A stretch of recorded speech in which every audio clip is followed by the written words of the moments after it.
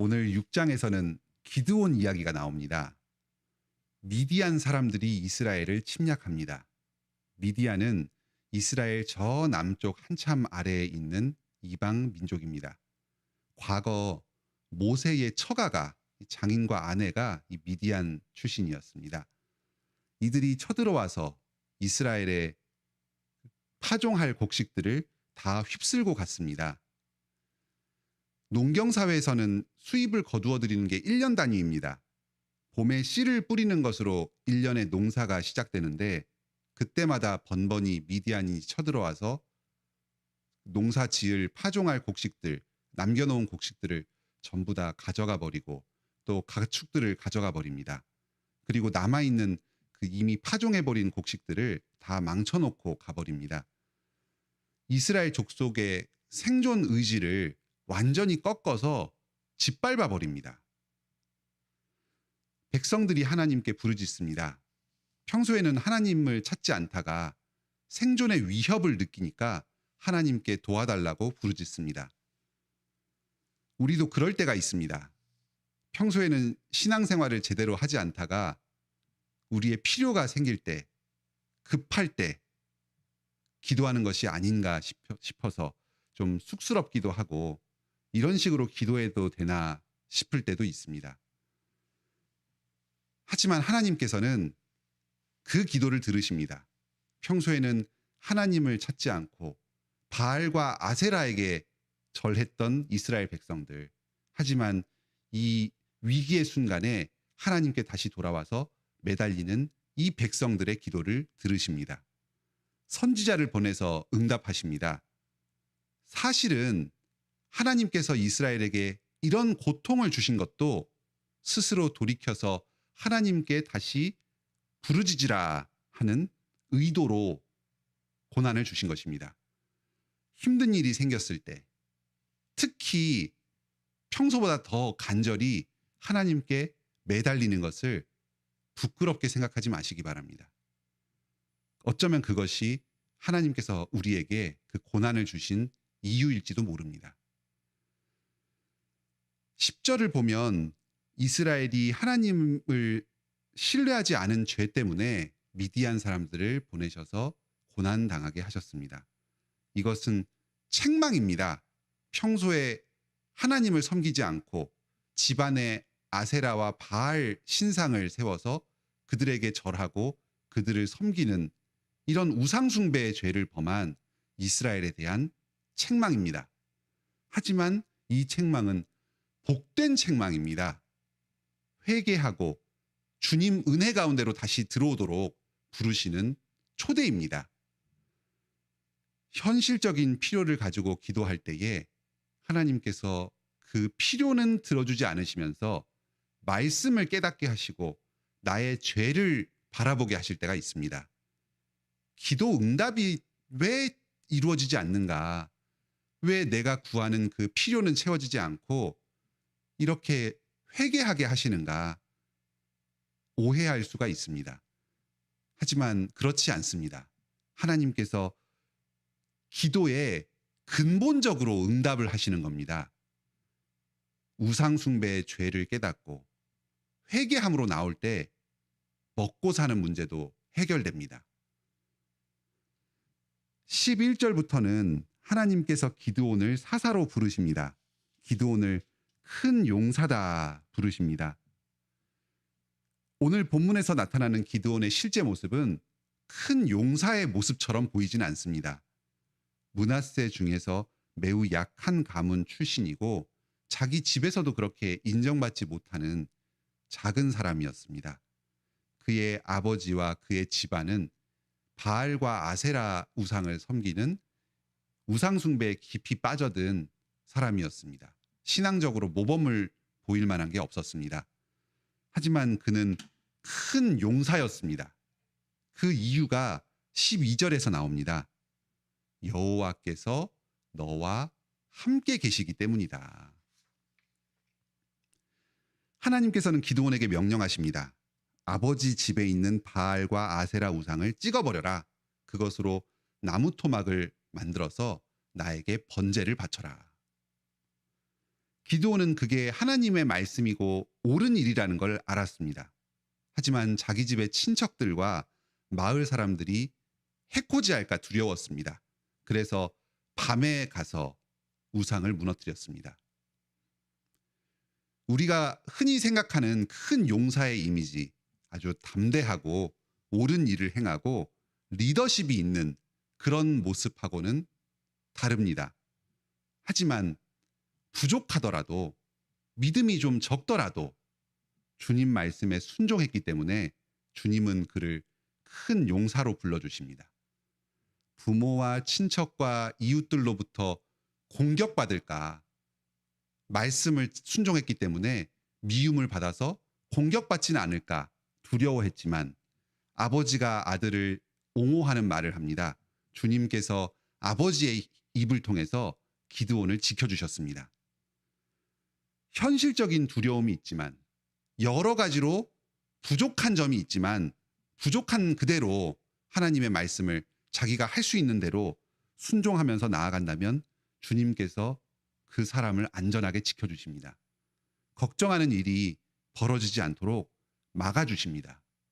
주님을 믿고 담대하게 순종으로 나아가시기 바랍니다.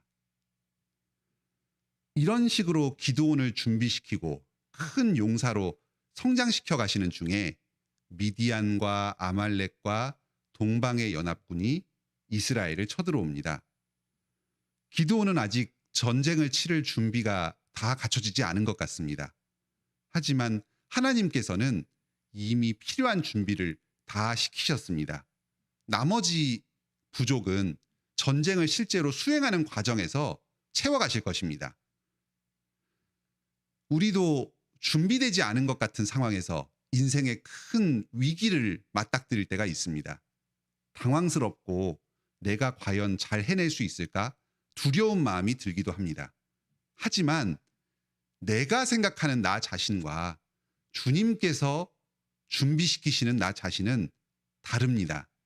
나는 준비되지 않았다 싶지만 실제로 모든 준비가 다 끝났습니다. 주님께서 그 일을 내게 맡겨주신 것이 그 증거입니다. 기드온은 마지막까지 전쟁에 나가기 직전의 그 순간까지도 확신이 부족했습니다. 주님께서 나와 과연 함께 하시겠는가? 나를 전쟁에서 승리케 하시고 이스라엘을 구원해 주시겠는가? 양털을 땅에 떨어뜨리고 증거를 구합니다. 한 번으로 모자라서 두 번이나 증거를 구합니다. 사실 이 기드온이 마지막까지 물었던 이 36절의 이 질문은 이미 주님께서 말씀으로 다 약속해 주셨던 겁니다. 하지만 이 기드온의 믿음이 부족해서 두 번, 세 번 눈에 보이는 증거로 확인하고 싶었던 겁니다. 기드온은 큰 용사였지만 믿음이 부족했던 믿음에서 연약한 우리와 똑같은 성정을 가진 그런 사람이었습니다. 주님은 이런 기드온의 믿음 약한 투정을 다 받아주십니다. 증거를 달라고 하면서 꾸며놓는 이 유치한 간구에 다 응답하셨습니다. 그를 큰 용사로 불러주시고 실제로 그렇게 되도록 세워가셨습니다. 히브리서 11장 32절은 단언합니다. 기드온은 믿음의 사람이었다. 다른 여타의 설명이 없습니다. 그 수많은 회의들, 나약함들, 성장의 과정에서 보여주었던 부끄러운 모습들, 이런 것은 다 생략합니다. 결론만 기록합니다. 기드온은 믿음의 사람이었다. 이것이 우리에게 위로입니다. 우리의 지금의 이 부끄러운 모습, 그리스도의 보혈로 다 감추어 주실 것입니다. 우리의 이름은 생명책에 이렇게 기록될 것입니다. 아무개는 여러분 한 사람 한 사람은 믿음의 사람이었다. 큰 용사였다. 새하늘과 새 땅에서는 우리의 부끄러운 모습들 다 잊혀질 것입니다. 아무도 기억하는 사람이 없을 것입니다. 오직 영광만이 남을 것입니다. 여러분 한 사람 한 사람을 오늘도 큰 용사로 부르시고 지금도 그 큰 용사로 세워가시는 신실하신 우리 주님을 의지하면서 오늘도 담대하게 믿음의 싸움을 계속해 나가시기 바랍니다. 함께 기도하겠습니다. 하늘에 계신 우리 아버지, 믿음에서 연약한 저희들을 불쌍히 여겨주시고 이 아침에도 말씀으로 저희를 위로하시며 격려하시며 세워가 주시니 감사드립니다. 이스라엘 사람들과 기드온의 집안은 우상 숭배로 가득했습니다. 하나님께서 참으로 신실하신 주님이시고 전능하신 하나님인데 이들은 헛된 우상, 바알과 아세라 우상을 섬기면서 하나님과 멀리 떨어져 지냈습니다.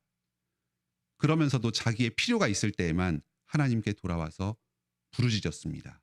도와달라고 했습니다. 하나님께서는 이들의 부끄러운 모습들 다 용납하여 주시고 자신에게 다시금 나와서 부르짖는 이들의 기도를 들으셨습니다. 한 사람 구원자 기드온을 세워주셨습니다. 그를 큰 용사로 불러주시고 구원의 사명을 감당하게 하여 주셨습니다. 기드온은 부족한 사람이었습니다. 하지만 주님께서 오랜 시간에 걸쳐서 그를 신실하게 돌보아 주시며 믿음에서 성장시켜 가셨습니다. 주님께서 맡겨주신 그 사명, 하나님 나라를 세우고 다른 사람을 구원으로 이끄는 그 사명을 감당하기에 부족한 없는 자로 세워주셨습니다. 오늘 주님께서 우리도 그리스도인으로 불러주십니다. 가정의 가족으로, 교회의 성도로, 그리고 각 사회에서 맡겨진 사람으로 세워주십니다. 부족함이 많습니다. 믿음이 연약합니다. 계속해서 유혹에 빠지고 우상숭배에 흔들립니다. 하지만 주님께서는 오늘도 우리를 큰 용사로 믿음의 사람으로 불러주시면서 그렇게 세워가십니다. 신실하신 주님, 항상 저희와 함께 하셔서 저희를 용서하여 주시고 믿음에서 계속해서 자라게 하여 주시옵소서. 지혜가 부족하고 능력이 부족합니다. 재물이 부족하여서 주님을 힘껏 섬기고 사람들을 사랑하는 일에서 여러 어려움이 있습니다. 주님께서 저희의 필요를 다 들어주시고 하나님의 영광을 위하여서 살게 하여 주시고 주님께서 저희에게 맡겨주신 사명 다 감당하게 하여 주시옵소서. 예수 그리스도로 오늘도 저희와 동행하여 주시옵소서. 우리 성도들 현실적인 필요들을 안고 이 자리에 나왔습니다. 주님께서 그 기도 들어주시고 불쌍히 여겨주시고 채워주시옵소서. 가족들, 자녀들, 아직 우리 성도들 가정에서 구원받지 못한 친지들 있다면 주님께서 우리들의 이 기도를 들어주시고 그 사람들에게 복음을 들려주시고 구원하여 주시옵소서. 예수님의 이름으로 기도드립니다. 아멘. 은혜로운 기도 시간 되시길 바랍니다.